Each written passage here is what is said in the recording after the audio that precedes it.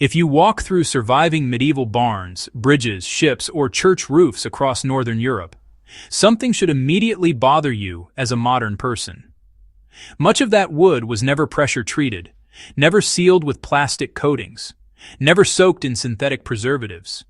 And yet, centuries later, it still holds together. Not cracked to dust, not crawling with rot, not collapsing into mulch. Medieval builders were not guessing. They were following a method so effective that rot simply failed to take hold. This wasn't folklore or superstition.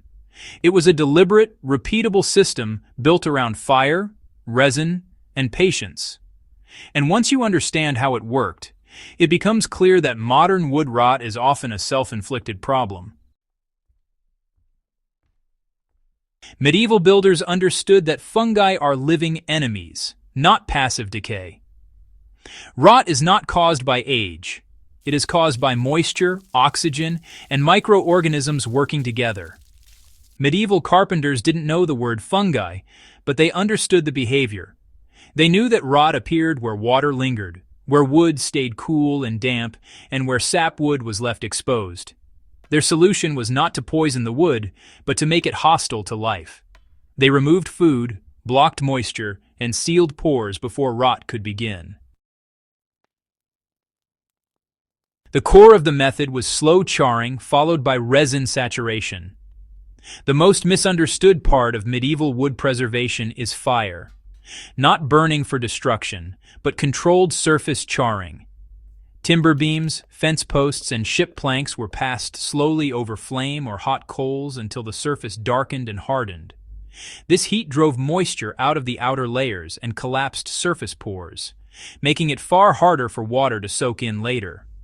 Immediately after charring, while the wood was still warm, it was saturated with pine tar or pitch. This tar was not decorative. It was boiled resin rendered from conifer roots and stumps, thick with natural antifungal compounds. The heat mattered. Warm wood draws liquid inward through capillary action. Medieval craftsmen understood this through experience. By applying tar while the wood was still hot, they ensured deep penetration instead of a surface skin. Once cooled, the tar hardened into a flexible, water-shedding barrier that could move with the wood instead of cracking like modern varnish. Pine tar was the real weapon, and it was used with precision. Pine tar was not random tree sap. It was deliberately produced in earth kilns, especially across Scandinavia and the Baltic, regions now associated with surviving medieval wooden structures. Archaeological evidence from Norway and Sweden shows tar pits dating back over 1,000 years. This material was used on ships, roofs, tools, foundations, and even underground posts. Its effectiveness is why Viking ships recovered from the sea still retain intact planks, a fact documented in finds like the Oseberg ship housed by the University of Oslo.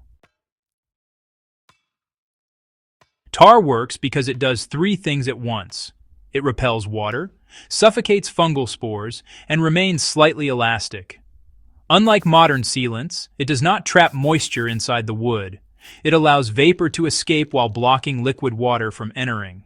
That single difference explains why medieval wood survived and modern treated lumber often fails from the inside out. Lime ash and elevation completed the system. Medieval builders rarely relied on one technique alone. Where wood touched earth or stone, it was often separated by lime mortar or ash layers.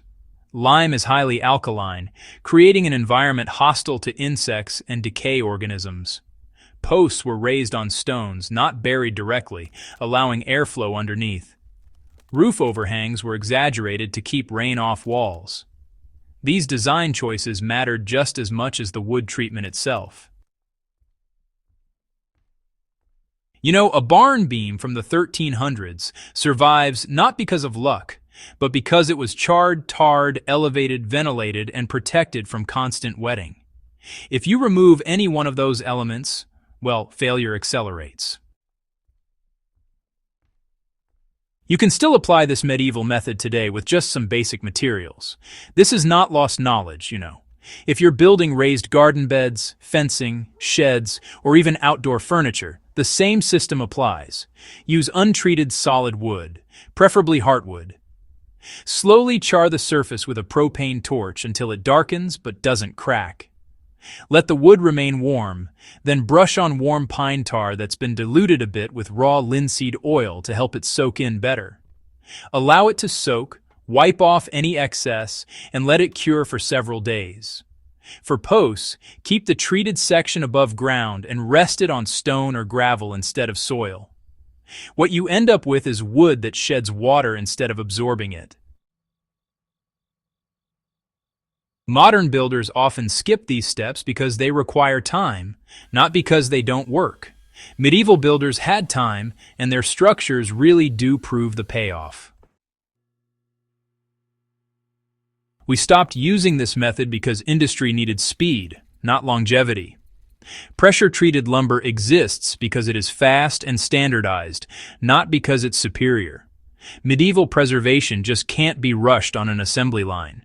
It takes slow drying, heat, and careful application. But for anyone concerned with durability, sustainability, or historical accuracy, the medieval approach really does remain unmatched. It preserves wood without toxins, without plastic films, and without planned failure. If this kind of forgotten knowledge matters to you, if you value techniques that actually worked rather than products that just promise convenience, then you're in the right place. Subscribe to Past to Live, share this with someone who still builds with their hands, and help keep real history alive through practical knowledge that still works today.